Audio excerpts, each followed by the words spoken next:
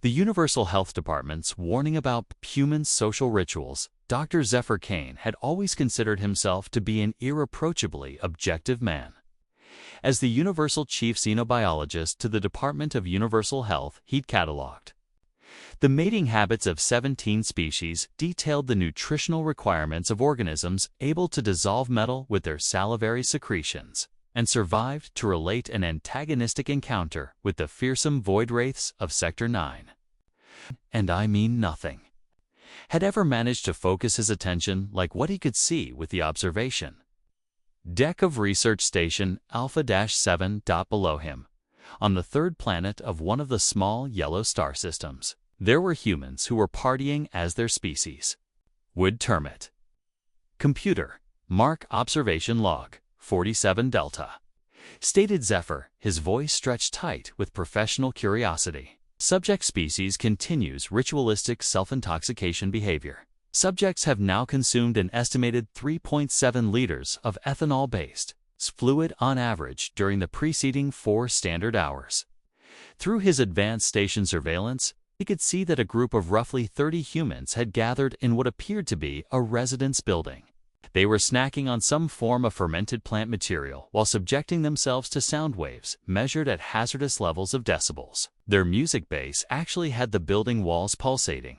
Dr. Kane, his research assistant, a young Altarian named Flux, announced, his tension evident on his face with the swift blinking of his bioluminescent spots. The humans are enjoying this experience. Zephyr turned away from the viewing portal, his 4 eyes shutting and opening one after another as his circuits struggled to process this alarming information.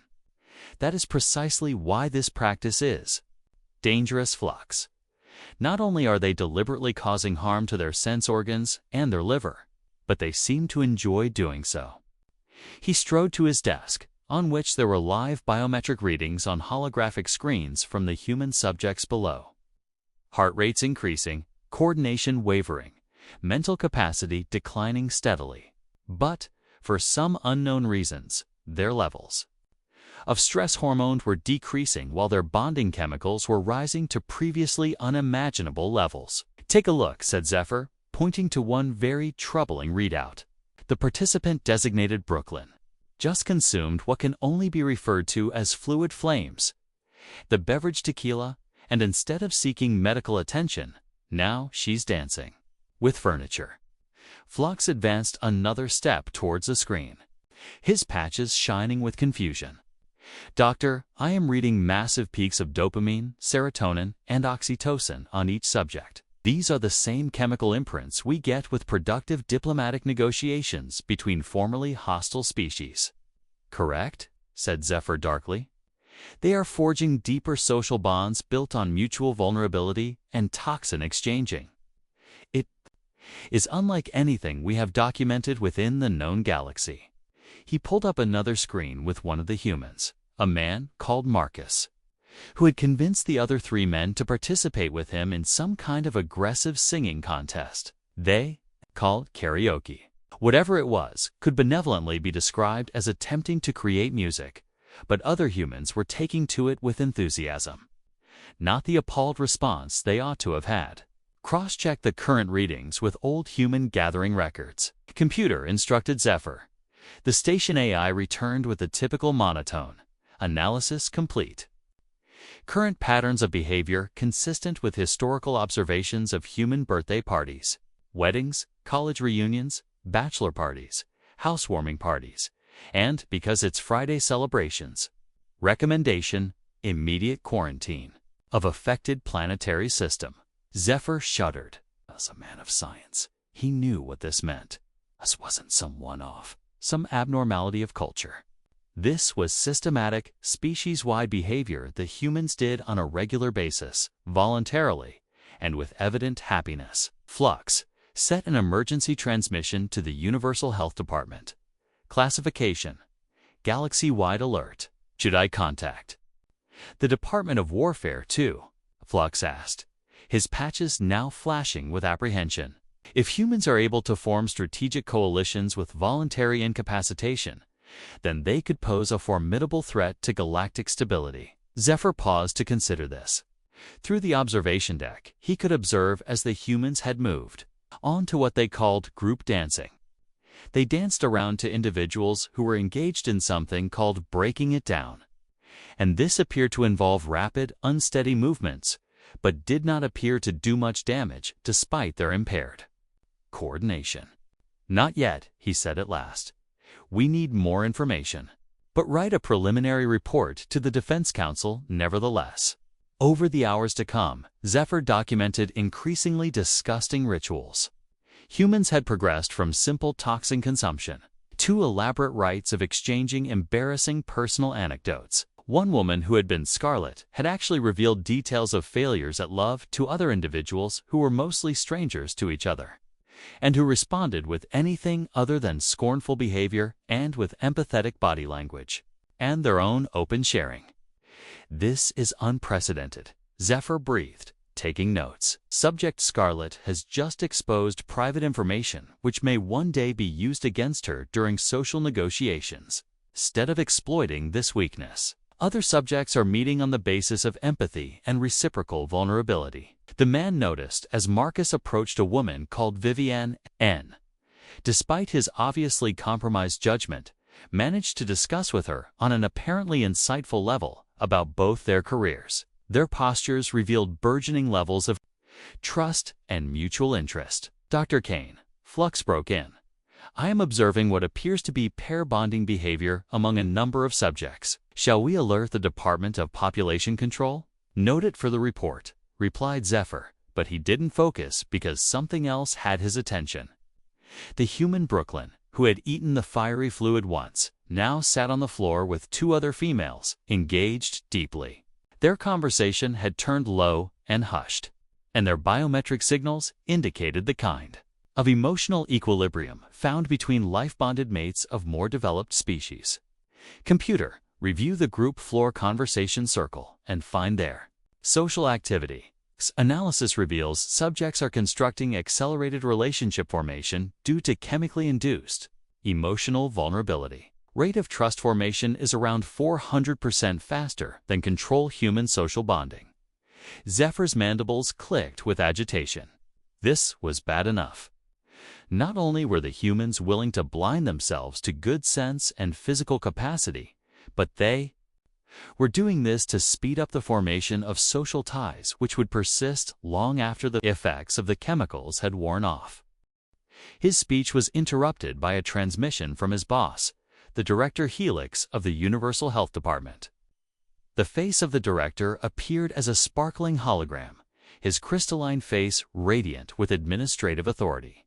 "Dr. Kane, you've been observing human social rituals. How do you evaluate them?" Zephyr rose to his feet, his report materializing in his mind. "Director, I am sorry to report things are graver than initially assessed. These parties are none other than a sophisticated method of social engineering evolved by humans to cement their tribal membership on the basis of sharing risks and mutual vulnerability. No. These humans deliberately suppress their mental and physical functions with alcohol consumption while simultaneously exposing themselves to damaging levels of sound and crowding. While their defenses are thus depressed, they engage in fast bonding processes that create long-lasting bonds with other individuals." Helix's face jerked with agitation. "Are you claiming these occurrences are part of some strategic agenda?" "I do, yes. Voluntarily placing themselves in a vulnerable situation with each other, humans create a common experience and forge strong loyalty and trust." Brilliant, really evolutionarily speaking.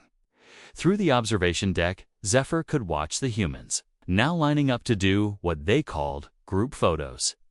They were posing and lining up themselves into elaborate patterns, their faces set with expressions of joy and affection that seemed absolutely genuine despite their impaired state.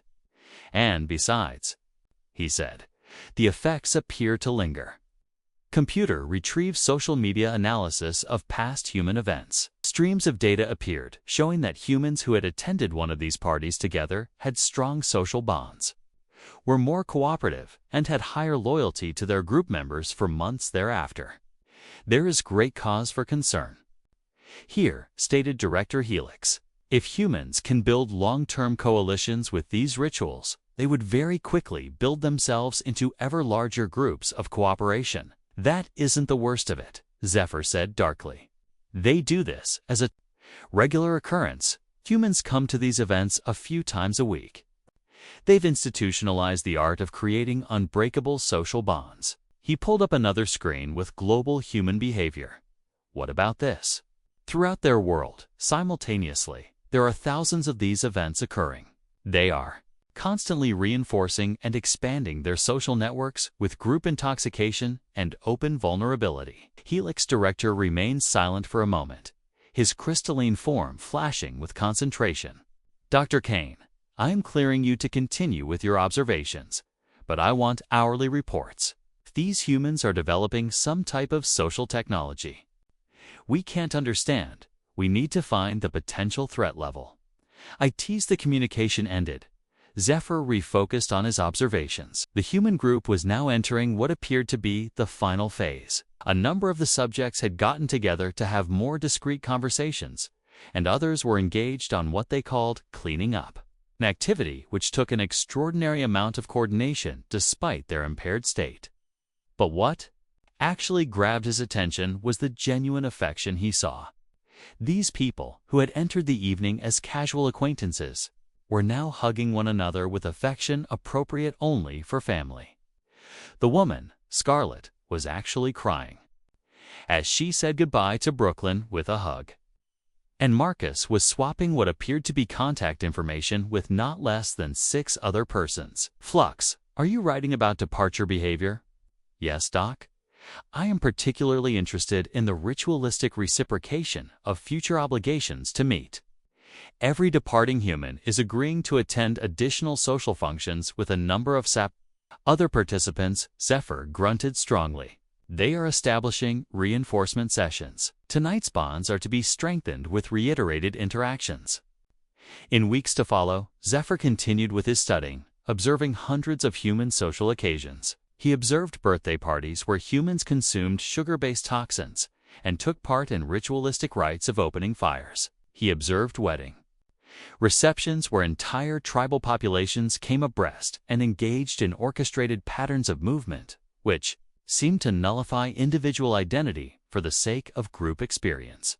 He even observed an occasion called a baby shower, where humans voluntarily expose themselves to the tension-evoking sounds of crying babies while engaging in rituals of gift-giving, solidifying cohesion within the group. But what worried him most was the phenomenon to which they referred as college parties. Director, I have to speak to you now.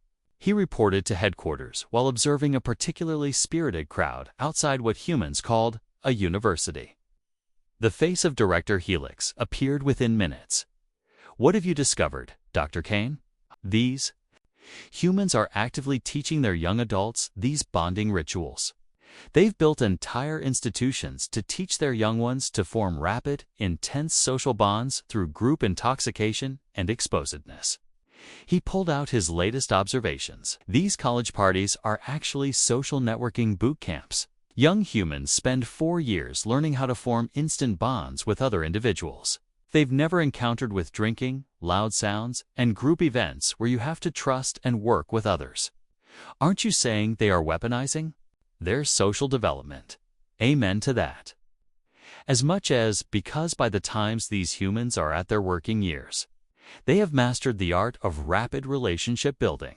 They are able to walk into a room with complete strangers and, within hours, create a network of allies and potential partners. Helix Director's form pulsed with building anxiety.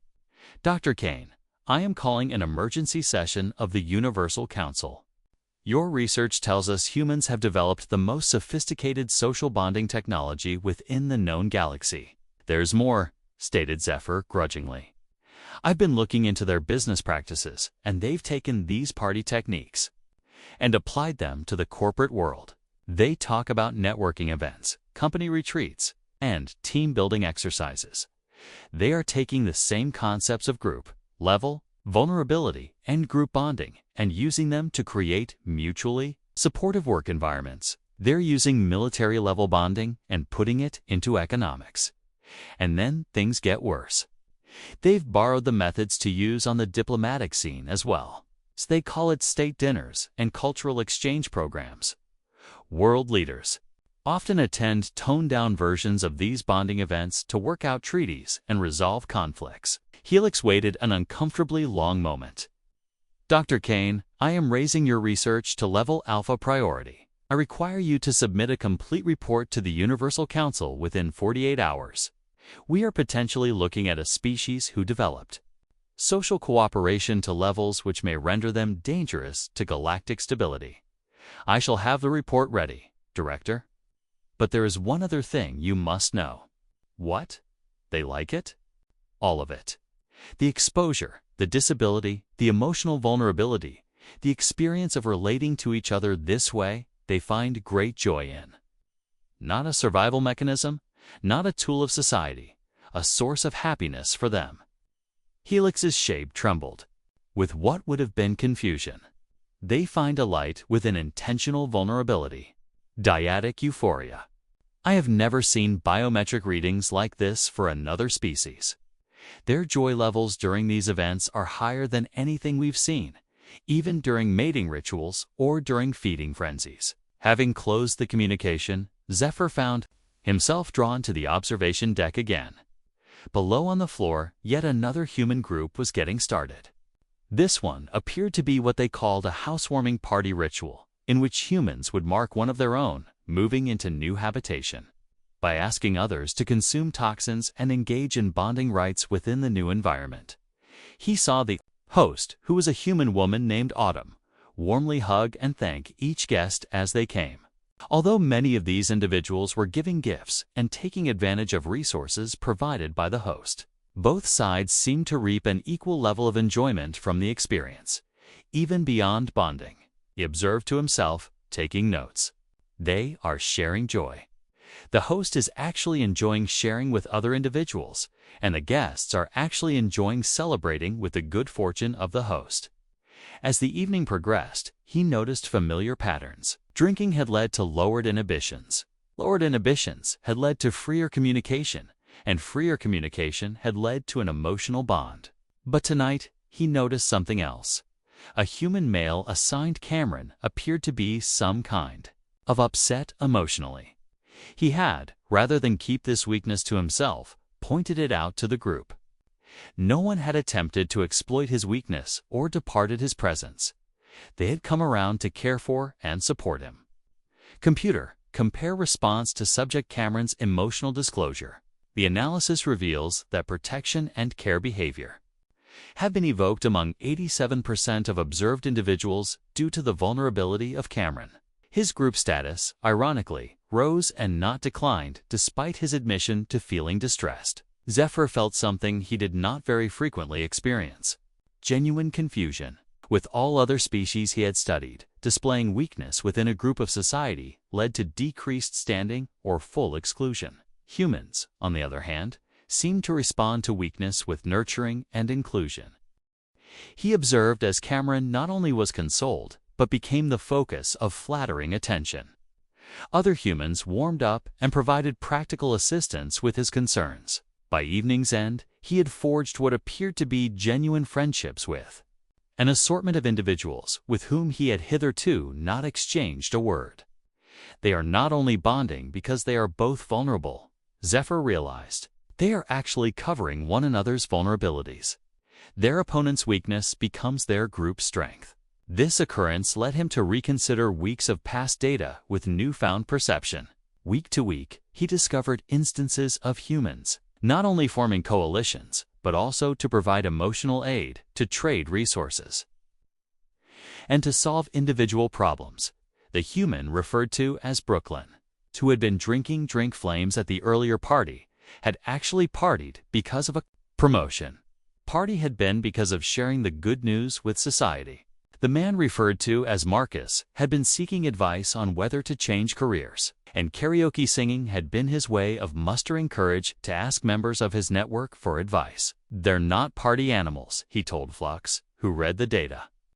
With him, they create supportive communities with these rituals. The alcohol isn't merely an inhibition depressant, it creates an environment of emotional truth and reciprocity. Doctor, if that were true, then these events have an important survival purpose for their species. They are not merely social occasions, they are mental health therapies and sharing of resources.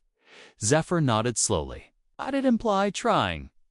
To eliminate these behaviors would do further harm to human society. Perhaps we have a species who evolved to require regular communal experience of vulnerability to have best psychological functioning. He prepared his report to the Universal Council with this new perception. His document, as he submitted it, was unlike anything the Council had ever seen. Fellow Council members, with extended observation of human social rituals better known. As parties, I must sadly say, we are observing a species with arguably the most sophisticated social support system within the galaxy. Behavior, once thought initially self-destructive and dangerous, becomes a most elaborate system of establishing community, managing emotions, and solving problems communally. Humans have learned to use controlled vulnerability as one of their 6 techniques to create trust and mutually reciprocal behavior. Their parties have a number of functions. They are a source of reducing tension, building relations, sharing emotional support, and group bonding. They do not drink alcohol and are not subjected to loud noises as ends, but as means to create the necessary mental preconditions of strong bonding. Well, most remarkably, human beings have been able to apply these principles to other areas of their society.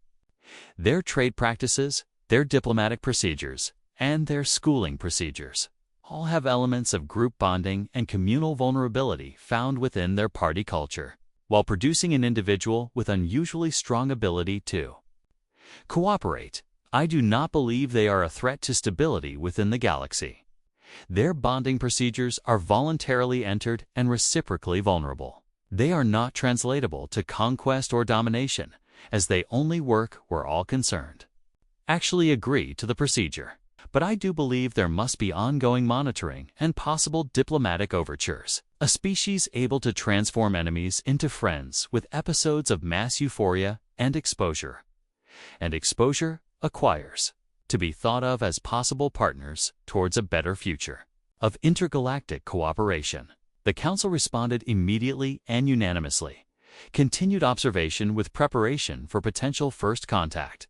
But to Zephyr, research had become personal. Night after night, he would find himself watching human crowds not as an outside behavior scholar, but as one who could only wonder at the depth of bond these beings could obtain. He observed a retirement party where humans celebrated a decades-long serving coworker with tear-jerking presentations. He observed a baby shower where a society pledged to raise a kid with their combined resources. He covered a farewell party where buddies promised to maintain their relations despite distances as far as continents. Flux, he commented one evening as they were watching an unusually euphoric wedding party. Is our species lacking something? His aide's bright spots flashed thoughtfully. What do you mean, Doctor? Watch them, said Zephyr, gesturing to the dancing humans down below. They are generating happiness with each other. Not merely sharing it, they are actually generating it with communal experience. How long has it been that our people did as much?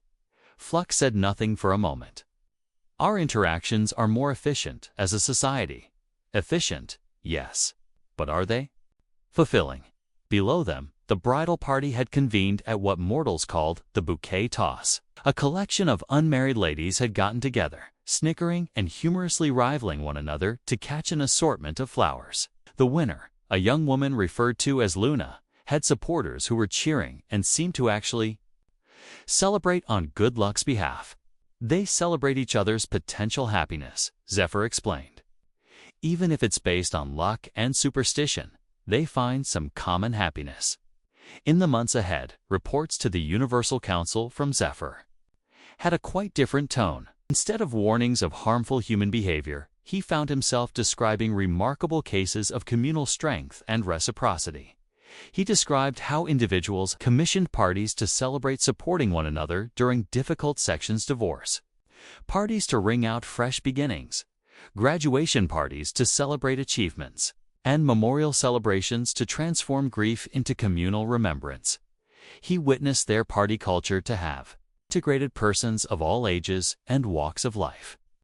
Children's birthday party events that taught young humans lessons on gift-giving and festivity. Christmas and other festive periods that solidified culture and kinship. Community festivals bringing the stranger to join their common identity celebrations. The humans have created a culture of celebration, he reported to Director Helix during one of their regular contacts. They have causes to assemble, to share, to collaborate with each other, and to entertain one another. It's not so much the booze or the party, the very fundamental human need to belong to something larger than themselves. Aren't you recommending we reach out, Dr. Kane? Zephyr considered this carefully. I agree we should, Director. But not. Traditionally, I believe we need to familiarize ourselves with their party culture before we open up. If we are to reach out to a species who bond on the basis of mutually experienced vulnerability, we need to understand how to enter the process. With sincerity, you're referring to crashing their parties. I believe we have to learn to be vulnerable to them. If we work with humans like we work with other species, by upholding formal protocols and defensive postures, you're going to pass on the capacity to actually connect with them. Helix's crystalline body pulsed with thought. That's highly irregular. Humans are the same?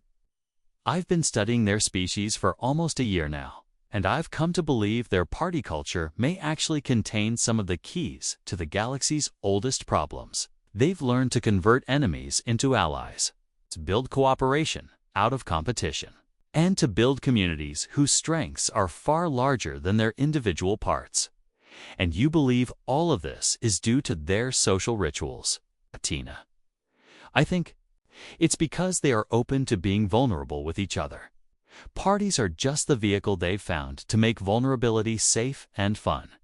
Explaining, Zephyr could see he was describing something he had never experienced firsthand within his own society.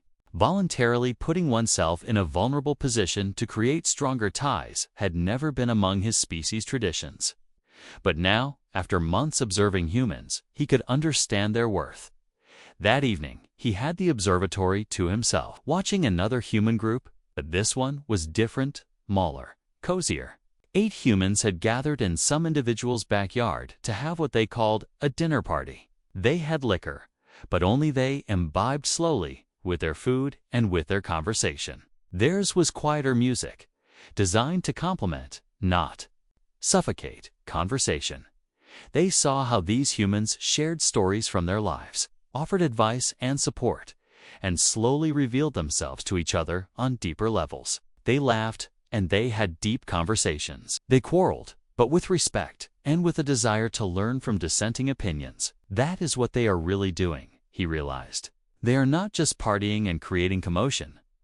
They are creating spaces for genuine human connection. The woman Autumn, whom he had spotted on the occasion of the housewarming party months ago, now talked to him about a difficult decision with which she wrestled professionally. The other humans did not criticize, asked some perceptible questions, and offered various perspectives with which she had not considered. After talking, she had not only been advised, but been reminded nobody else had an easy time with their issues. A man, Devon, stepped forward and revealed he had been suffering with depression. And instead of awkward quietness or ineffective reactions, the group rose to his support with emotional and practical aid. They organized to routinely check up on him and asked him to join them on things to lift his spirits. Computer, compare pre- and post-gathering levels of stress hormone among subjects. Zephyr commanded. Analysis shows average decrease of 34% for level of stress hormone among all subjects with unconcordant increases in bonding hormone and well-being markers. Subject Devon shows especially stark recovery for measures of depression and loneliness. Made his decision. Flux.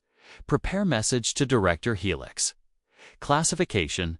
Personal request. As his boss came on screen, Zephyr took what would be called a deep breath. Director, I am requesting permission to have direct contact with the human subjects. No, Dr. Kane. That is against procedure. We are merely observing now. I understand, But I think I have learned something fundamental about their species we cannot learn from looking. Their bonding processes must entail participation. For us to actually understand how they have managed to overcome the challenge of cooperation among individuals, we must experience their bonding on the basis of vulnerability themselves. Helix's shape winced with fright. You wish to participate in their rituals of drunkenness?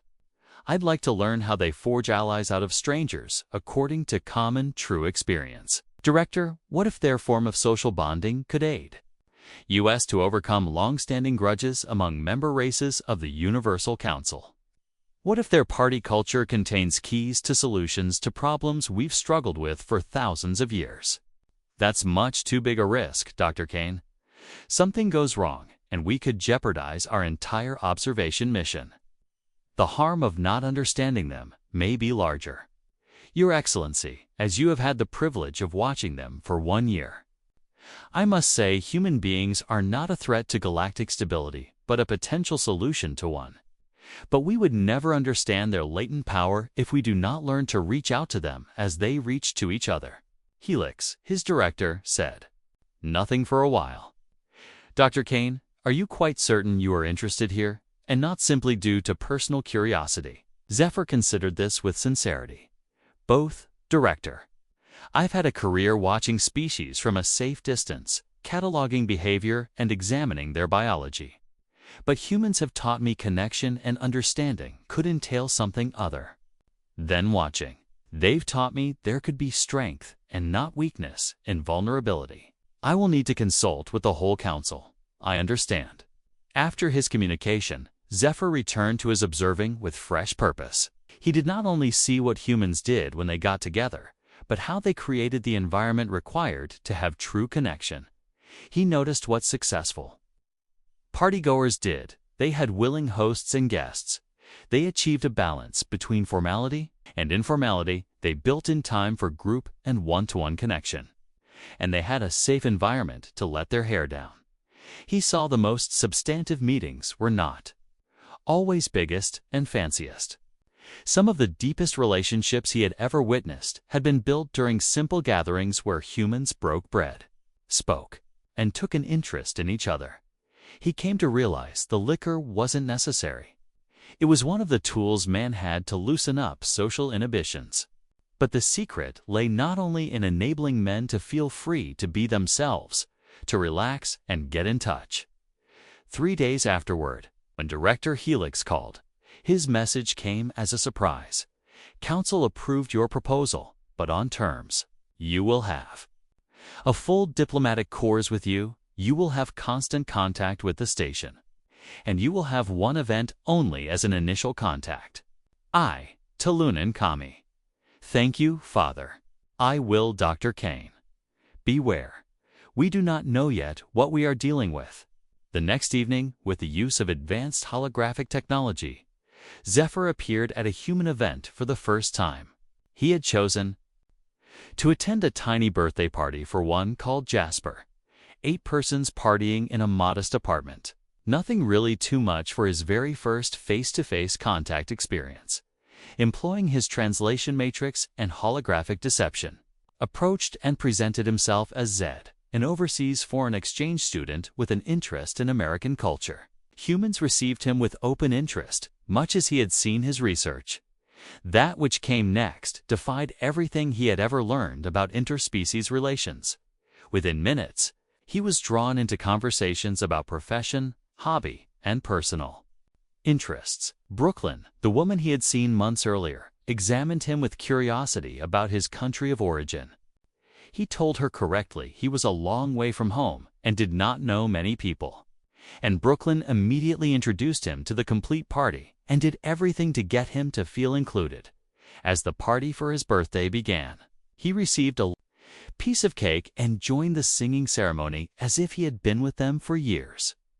During their times of playing, other humans took their time to teach the rules and clapped for his attempts despite his poor skills. But most remarkable of all was the moment when Arcosta, same man he had seen at that very first party, saw Zephyr looking flustered with all the socializing. "You doing all right?" he asked quietly, taking him to one side. "I know these things are a lot if you are not used to them." "I'm processing," responded Zephyr Truth, First American Party. "Achieving something, you know?" Marcus's expression turned to one of serious concern and excitement. "Oh man, seriously? Well, you picked a good one. These are all good people. You don't have anything to worry about here." "How do you know that?" "Know what?" "These are solid people." "How do you choose to trust so right away?" Marcus considered. "I guess you do have to have a leap of faith. You open up a tiny bit, gauge other people's reactions. You notice if they are sweet to you when you are opening up, because doing this reveals quite a lot about who they are. And if they aren't kind, well then you know that too, and you adjust accordingly. But many folks are nicer than you would expect, especially in a setting like this where all are here to have a good time." The hours ticked on, and Zephyr found himself doing what he never did as a scholar. He forgot he was researching. He could really relax and enjoy the conversations, laugh at jokes he didn't quite understand, and experience warmth he'd never experienced before when humans actually invited him to join them. After the party had ended, and humans were exchanging contact information and future get-together plans, Brooklyn approached him. "Hi Zed, we are having a game night on next Friday. Simple, no frills, pizza, and board games. You are invited if you are not busy. You would want me to attend another party. No need. You're good company. Anyway, you said you aren't really familiar with anyone here. Best way to get to know some folks is to attend, I guess." As he left the party, Zephyr noticed he felt something the humans called happiness. Not the satisfaction of a successful research or the elation of a find, but a good, relating feeling that seemed to arise from actually being welcomed and accepted with others. His commission to Helix Director was unlike anything he had ever written. "Director, now I understand why human social bonding is successful. Not only are we sharing vulnerability, but we choose to see vulnerability as an instant to connect, not to exploit. Humans band together and create temporary societies where individual weaknesses are collective strengths." Aren't you really saying their party acts as an effective social institution? I am telling you, their parties are the foundation of their society as a whole. Their parties teach humans to trust, to look out for one another, and to celebrate as groups. They are not only celebrations, but practice sessions for cooperation and mutual aid. And you believe this technique would be applicable to other species? That, I believe, could transform galactic society. Director, imagine being able to resolve conflicts between member species not by formal negotiation, but with common experience leading to real understanding and empathy. Parties. Dr. Kane, are you arguing we have to throw parties for hostile alien races? Zephyr paused, thoughtfully. What I'm suggesting we learn to do is to create a context whereby other species can safely be vulnerable to each other. Whether we say we've had a party or achieved a diplomatic breakthrough is less important than the results.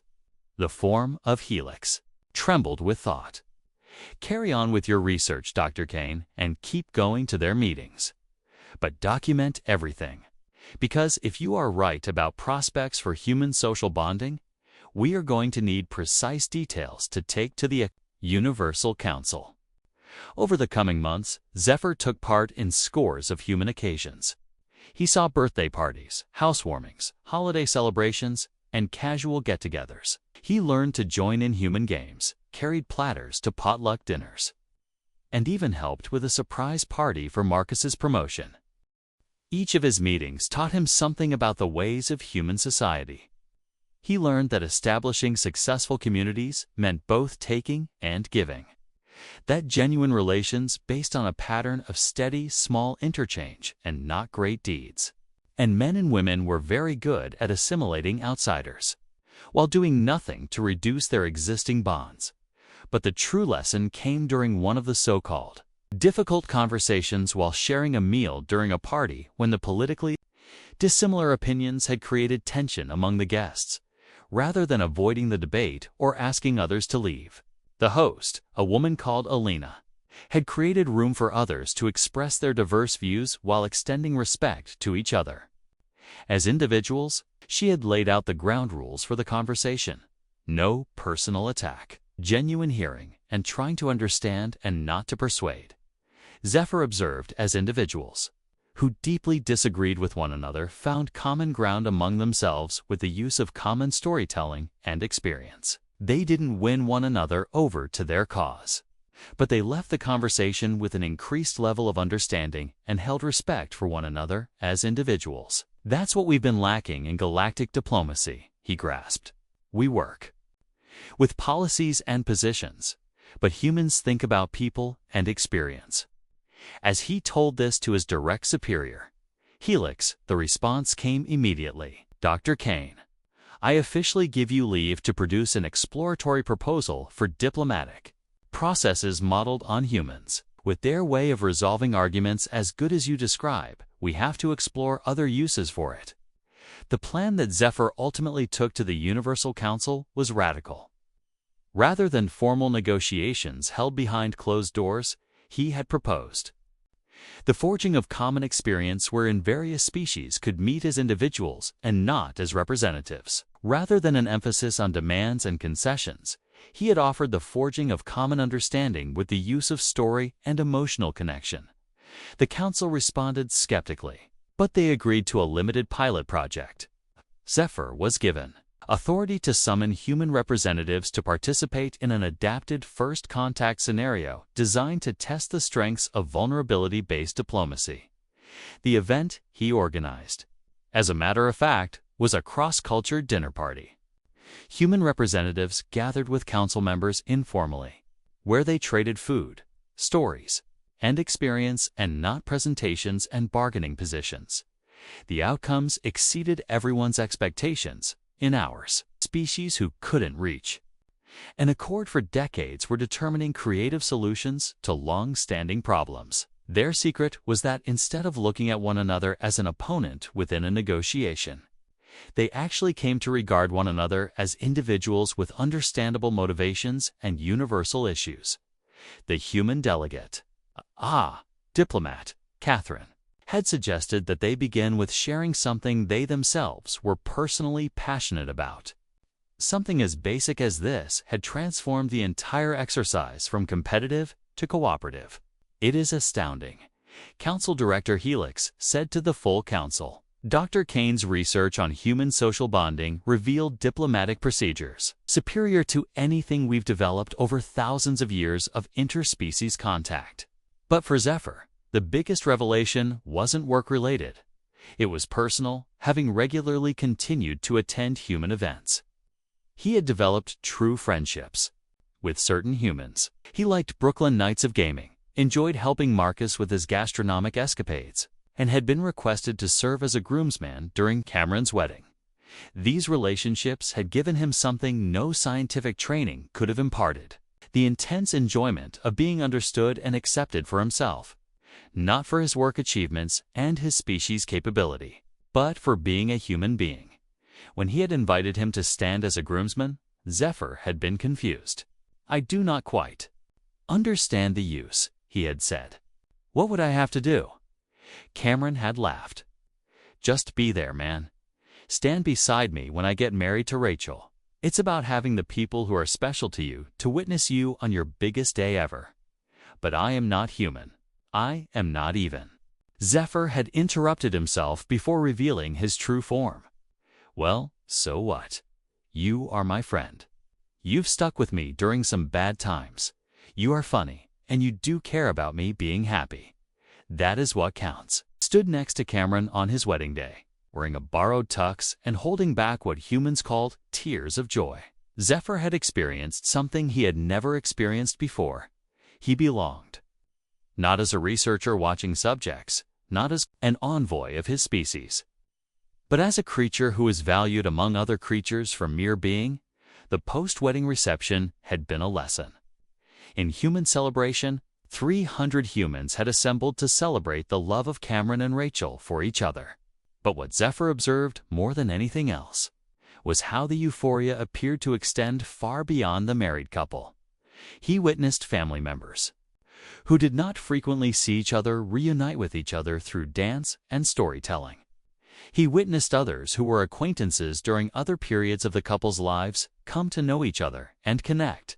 He witnessed how the joy of two people had become the joy of a whole community. At the party, Brooklyn had approached him with tear-stained eyes. "I'm so happy for them," she had said, nodding towards Cameron and Rachel as they danced their first dance as husband and wife. "While their happiness isn't quite an instant reward to you," Zephyr had asked, still trying to understand the full spectrum of human emotional reaction. "That is why I am very happy," she had said. If you love other persons, their happiness makes you similarly happy. Their happiness becomes your happiness. This principle had been hard for Zephyr to grasp at first. Back on his species' planet, personal triumph had been cause for celebration. But the emotional reaction had been normally limited to individuals who benefited directly from the triumph. The notion of happiness actually being translatable, as opposed to acted out for the purposes of society, had been alien to his experience. But as the day had gone on, he could actually feel exactly what Brooklyn had said. When his elderly grandmother had gotten up to dance despite mobility problems, when his shy teenage sister had been cajoled to party with a group of college acquaintances, when the best man's clumsy speech had been received with kindness, and not censure, each of those things had warmed Zephyr to his very center. "Computer, compare my own wedding reception biometric data," he had told the computer when he returned to the station one evening. "Analysis shows elevated levels of dopamine, serotonin, and oxytocin typical to human bonding response. Key: these chemical changes occurred while watching others' good times, not during actual personal interaction. I am experiencing empathetic joy," he had learned. "I am sharing their happiness, literally." This observation had profound effects on his work. Humans were not just bonding over jointly experienced vulnerability. They were constructing communities where individual happiness became group happiness, where individual success became grounds for group celebration, and where individual well-being became tied to group well-being. His most recent report to the Universal Council had been titled "The Human Revolution: How One Species Solved the Cooperation Problem Through Celebration." "Fellow council members," he had remarked, after 18 months' intense study, "I am able to say definitively that humanity possesses the most advanced technology of social cooperation within the known galaxy. Their party culture is a methodical system of establishing trust, sharing resources, swapping emotional support, and maintaining community bonds, which could change all species' ways of relating to one another. The great revelation is that we've mastered the art of utilizing celebration as a tool of social engineering. By creating regular events for communal celebrations, reciprocal exposure, and communal experience, we've built societies which are astoundingly robust, supple, and reciprocally supportive. Duplass's method compensates for the old troubles with species cooperation, characteristic to all galactic past. The fear that to be weak would not get a response, but in use, humans have created rituals of sociableness which have transformed weakness into something safe with their mutuality and celebrativeness, as opposed to competitive and using ones. I would recommend their use on a prompt basis as diplomatic protocols for all interspecies negotiations. I would further recommend the commencement of a galactic cultural exchange program whereby representatives of all member species would have a first-hand experience of community building, human style. First and foremost, I propose we integrate celebration and collective happiness into our own culture. Humans have taught us there is something to cooperation beyond managing conflict, the building of reasons to care about each other's well-being. The Council's response had been unprecedented. For once, within galactic history, they had all voted unanimously to adopt a fresh foreign policy on the basis of one scientist who studied one species. But much more importantly, they had voted to invite humanity to become a full-fledged member species of the Universal Council with the specific mission of teaching other species their skills of social cooperation and building community. The official first contact had been scheduled within the next month, and Zephyr had been chosen to serve as the primary liaison for humanity and the Galactic Society. As he waited to mark this milestone, he thought of all the humans who had taught him this progress unawares. Brooklyn, who had taught him kindness to stranger, was strength, not weakness. Marcus, who had taught him vulnerability, could ever be a gift, not a burden. Cameron, who had taught him true friendship, never had anything to do with species. Alina, who had taught him differences, could ever only be bridges, not walls. The actual contact event had been organized as a party. In place of the formal demonstration of technical prowess and politics, Zephyr had offered to introduce humanity to the Galactic Society as part of a party. 12 different species had gathered on a neutral space station as part of what the humans would have called a potluck party. Each species had arrived with food from their homeworld, spoken of their culture, and participated in rituals designed to create personal, not political, relationships.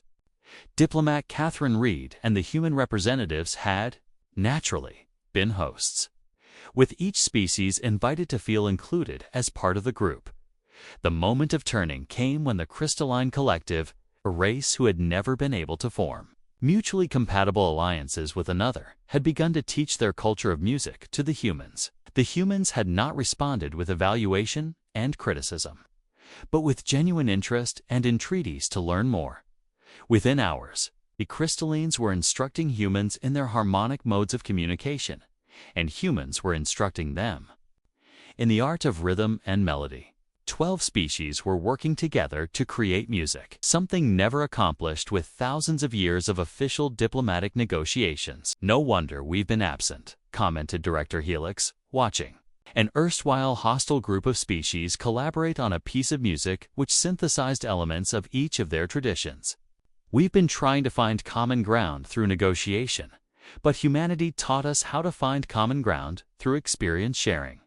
Its success had led to an complete transformation of galactic diplomacy. Formal council chambers had been replaced with community centers constructed to promote contact and cooperation. Cross-culture celebrations had become the main method for solving interspecies conflicts. Perhaps most surprising, several formerly isolated species had sought membership of the galactic community after experience of human-style inclusiveness and celebration. But the biggest change had been the nature of relations between species. Instead of viewing each other as competitors for resources or as threat to security, member species had learned to think of one another as potential buddies and cooperation associates. The shift from fear-based to happiness-based interaction had done away with centuries-old antagonisms. Zephyr's work had become more than scientific observer. He had become culture ambassador. He now journeyed planet to planet, teaching other species how to build the environment of true connection and mutually supportive living. He had become very skilled at what humans would term party planning, but what he called community architecture. The paradox had not escaped him that the advanced diplomatic epiphany of the galaxy had resulted from an analysis of what seemed to be, on the surface, humanity's most frivolous and potentially lethal habit. A galaxy-long party had been announced on Contact Anniversary Day by the Universal Council. All member races had put towards a 3-standard day-long celebration with music, food, games, tales, and group art projects from dozens of worlds. Stood on the party space station's observation deck, gazing out on thousands of beings from all corners of the galaxy, dancing, laughing, and generating joy with each other. Zephyr thought about how fundamentally his notion of civilization had changed. "Greetings, Dr. Kane." Flux approached him, the young Altarian's bioluminescent signs now shining with contentment rather than fear. "The preliminary reports are in.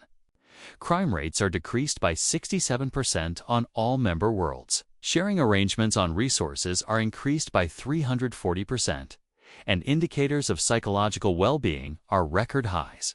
And the human representatives are having the void wraiths act out some kind of charades. I've been told it is quite popular among movement species who do not use language to express themselves. Zephyr chuckled, an expression his human buddies had instructed him on. Any specific wishes for additional cultural exchange opportunities? A full 17 species have stepped forward to join the Council with the explicit aim to participate in what they describe as the human experience. Quantum Collective wants to learn about birthday parties, and the Hive Mind wants to learn about the concept of personal space as part of party celebrations. As Flux left to continue his obligations, Zephyr was joined by a familiar face. Brooklyn, having transformed to become one of Earth's leading representatives of culture, approached beside him to the observation window. "No good view," she stated, gesturing towards the party below.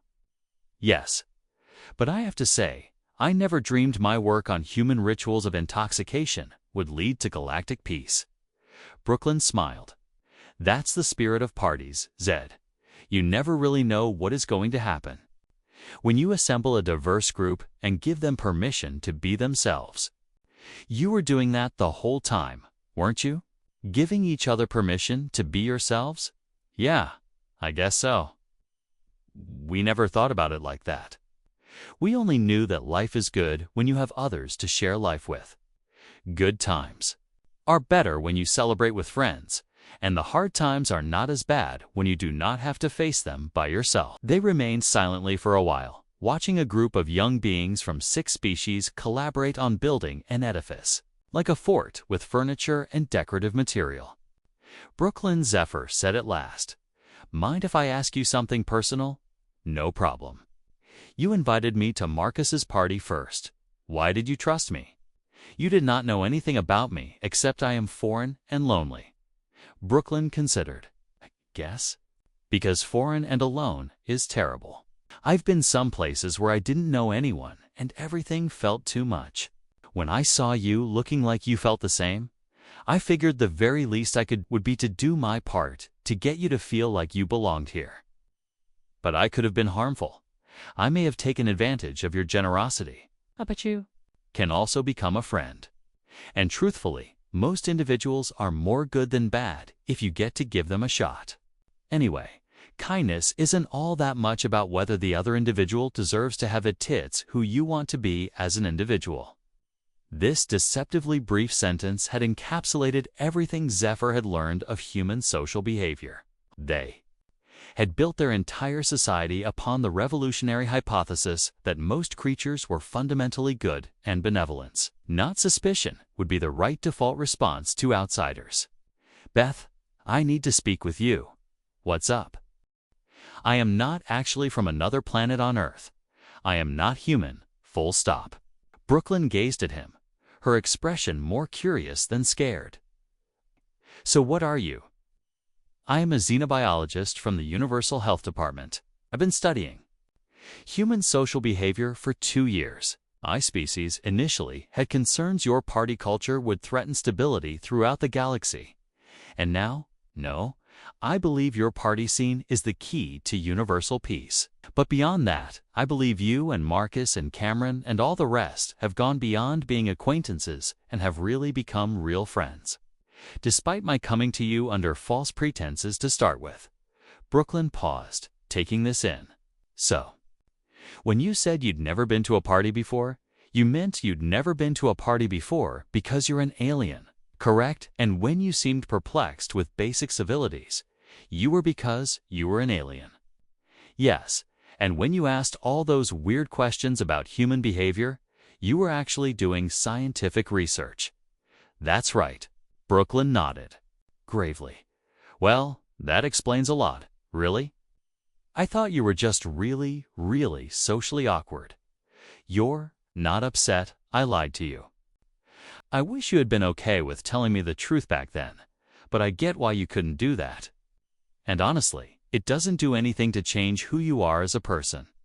You're still the same man who helped me move furniture, who lay awake late as he listened to Marcus's panic over his career, who became tearful during Cameron's wedding speech. You aren't concerned I'm not human, Zed.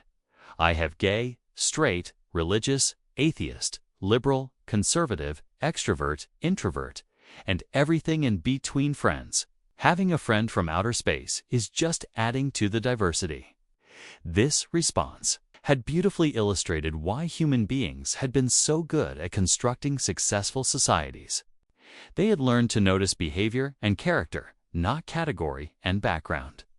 They assessed based on how one treated others, not to which group one belonged. The party continued around them as they spoke, with beings across the galaxy discovering that joy, music, and communal food bridged beyond language and culture. Dr. Kane stated, the voice of Director Helix on his comms unit. The Council awaits your final approval. Excuse me for one moment, said Zephyr to Brooklyn, and he switched. On his communicator, Director, my assessment is human social technology has exceeded our very best projections. The galaxy is more harmonious, mutually supportive, and festive than ever recorded history. And the humans themselves, are they settling in nicely too? Their mission as cultural ambassadors. Zephyr looked about the party, where there were human representatives to assist interactions, to instruct games, to recite stories, and to make sure beings of all species were included and respected. They're doing what they've always done, Director. They're throwing a party for the galaxy. As the party stretched into late hours, Zephyr stood with members of diverse species, and they had all learned to find contentment with one another despite their considerable distinctions. His initial epiphany regarding humans actively poisoning themselves had evolved into an intergalactic age of cooperation and mutual aid. The final irony was that humanity had reached with partying what other creatures had failed to do with centuries of formal diplomacy. They had created a community where diversity of beings was danced around and not feared, where weakness found strength and not a grab, and where each other's victory became everyone's reason to party. In his final report, Zephyr had written, "The humans have taught us that civilization isn't how we handle our diversity. It is how we rejoice in it. They've taught us that the best form of intelligence is not the ability to compete, but to create happiness with each other." Observing beings from throughout the galaxy dance, laugh, and form ties to last in eternity, Zephyr realized his greatest discovery had been nothing to do with humanity's behavior. It had been related to the universality of needing to connect, to be accepted, and to experience and share joy common to all intelligent races. The human beings had only worked out, methodically, regularly, and to their heart's content, a way of fulfilling that need. And as they learned their ways, the galaxy had not only been soothed, but had been revitalized.